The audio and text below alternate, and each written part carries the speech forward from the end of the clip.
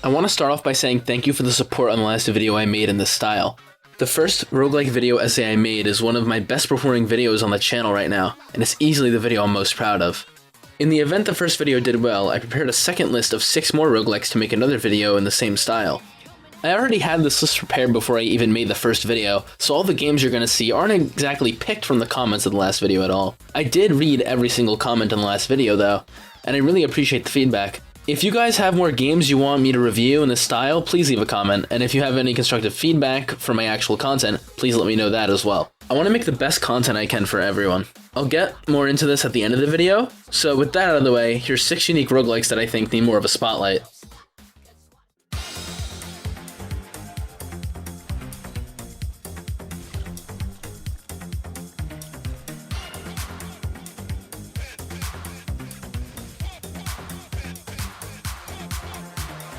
Streets of Rogue is a top-down roguelike with a unique style of progression. While most roguelikes of this kind have a pretty typical style of beating rooms of enemies to progress, Streets of Rogue gives you an entire open floor that consists of usually a town or city where you need to complete certain tasks and get to the opposite side of the map in order to leave the level.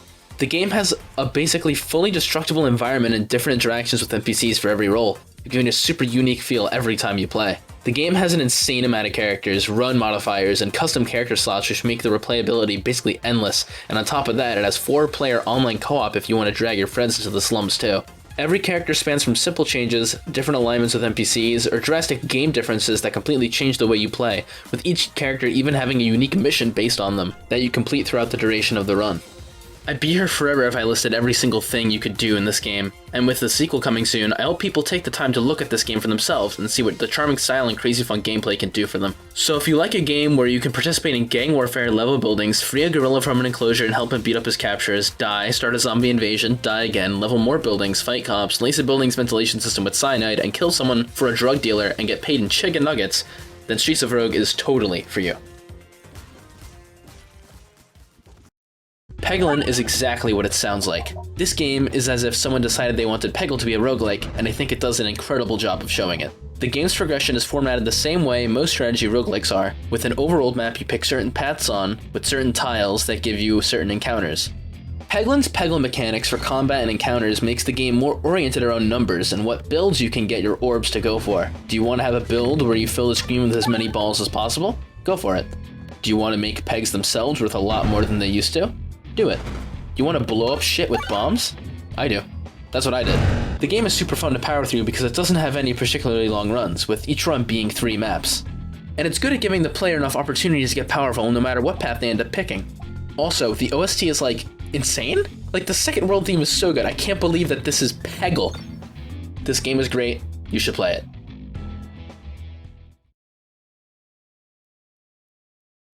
SNKRX is Snake if it was a tower defense roguelike, and it's insane.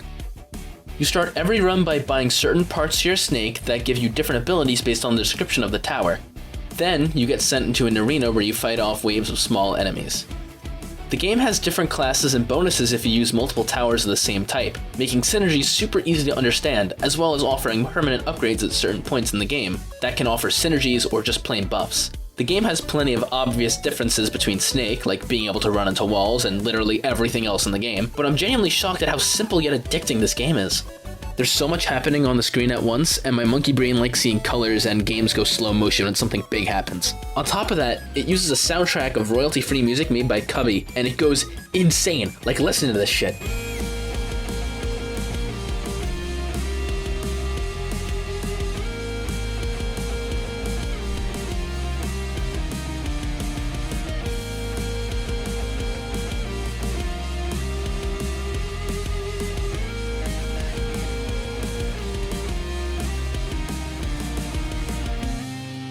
This game is only $3 and it rocks. Get it. I was thinking about putting Loop Hero in a different video essay, which I still think I'm gonna do, but I want to have a super weird roguelike on this list too, just to shake things up a bit. In Loop Hero, you don't play as your character mechanically, or enemies for that matter, you play as the map. Loop Hero is actually a card strategy game where the hero walks around in a simple looped overworld map and encounters enemies along the path. It's your job to place different things around the map to affect the hero's adventure and get him to get better equipment.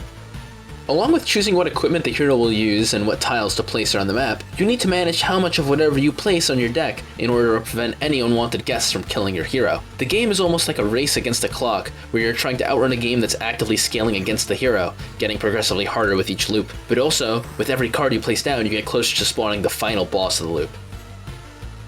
You can choose to withdraw from your run at any point, usually when you complete a loop and pass your campsite is most advantageous, and you'll be able to return to your campsite with any resources your hero gathered and build up your camp to be larger and give you more upgrades for your next runs. If you choose to stay and fight the boss, and you succeed, you unlock the next chapter and take all your loot, or you can remain and get more. If you die though, you only take home the scraps of your defeat. This game is a super in-depth deck building game, and it's super addicting. It has a lot of substance to it. I still don't think I've gotten the most optimal deck in the footage I'm playing right now, but this game really makes me want to figure it out and unlock more things. My tip for any new players is don't feel bad about looking things up if you need to, because Google isn't gonna play the game for you, it's just gonna give you pointers. This game is a super unique take on the roguelike genre, and I think everyone should at least look into it at some point.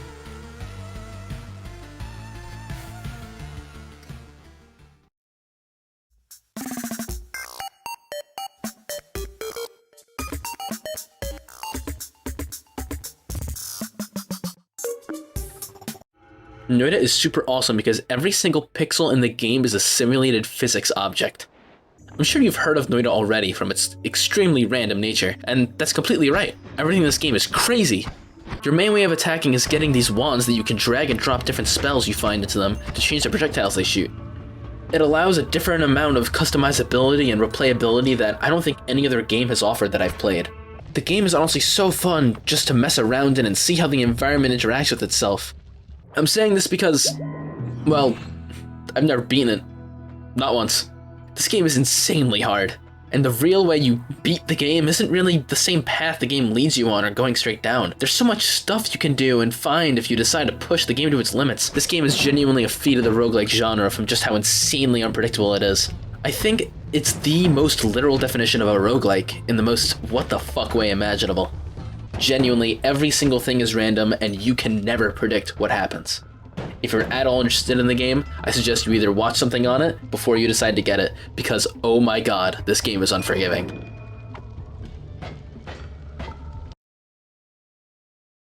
The final game on this list is, I think, probably the most traditional game on the list. Dead Estate is another top-down roguelike that takes inspiration from older survival horror games like Resident Evil. The game is formatted like a top-down roguelike, like The Binding of Isaac, but if you rotated the camera 45 degrees to the right and 45 degrees down, with the camera being from the corner of the room rather than the bird's eye directly above. Now looking at this gameplay, it might look like depth perception hell, but it's surprisingly reasonable. With the shadows on the floor being excellent guides of where to avoid enemies and aim at them, you can collect guns and items that change the gameplay as a bunch of different characters, and the art style is so, oh my god. Yeah, the game's art style is super awesome, and it's really impressive backgrounds, charming cutscenes, and holy shit. The game's main gameplay gimmick isn't actually the hot witch lady, if you believe it. It's the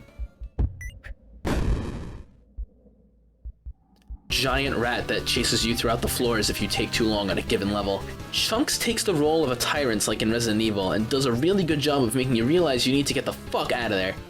Although Chunks is a constant looming threat, it never feels like the game is rushing you too fast when playing on normal difficulty. The progression of the game is really smooth, rewarding you for making runs longer via additional floors or looping your run, and it also rewards you for actually finishing it and hunting for secrets while you do it. I find it hard to say anything bad about this game at all besides a few things that are barely in its control, like some frame rate issues I had while recording and other stuff. The game is seriously everything a roguelike player could want. A lot of replayability, the most charming cast of characters in any roguelike game I've ever played, big boobs, fun art, horror tropes, rug pulls, floor gimmicks, alternate routes, additional optional permanent character unlocks, Big Rat, an ARG, Ugby Mumba from the hit game Ugby Mumba 3. And if you're watching this video and roguelikes somehow don't tickle your fancy, they got a completely original, unique, purely survival horror side game in the same style of the main game. Dead Estate is getting its final update soon, and from what I'm allowed to talk about, i.e. what's been posted on Twitter, looks like they're having a lot of fun playing with the art style. The game is super fun and you should play it. And that's it for this video. I really want to thank you guys for the constant support I got on the last video. As I said before, it's one of the best porn videos on my channel, and it's the one I'm the most proud of.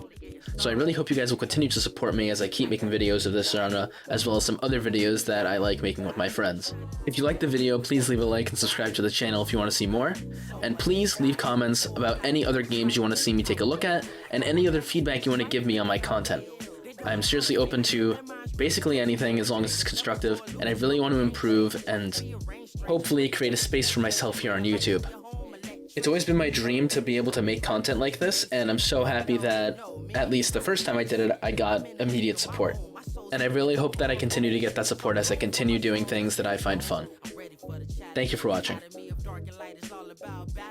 Life's never perfect. Beauty runs deeper than the surface. Album on sale, but the soul not for purchase. Birth this ill style with mild symptoms. It gets them ecstatic. I'm a shock to the system. Warrior.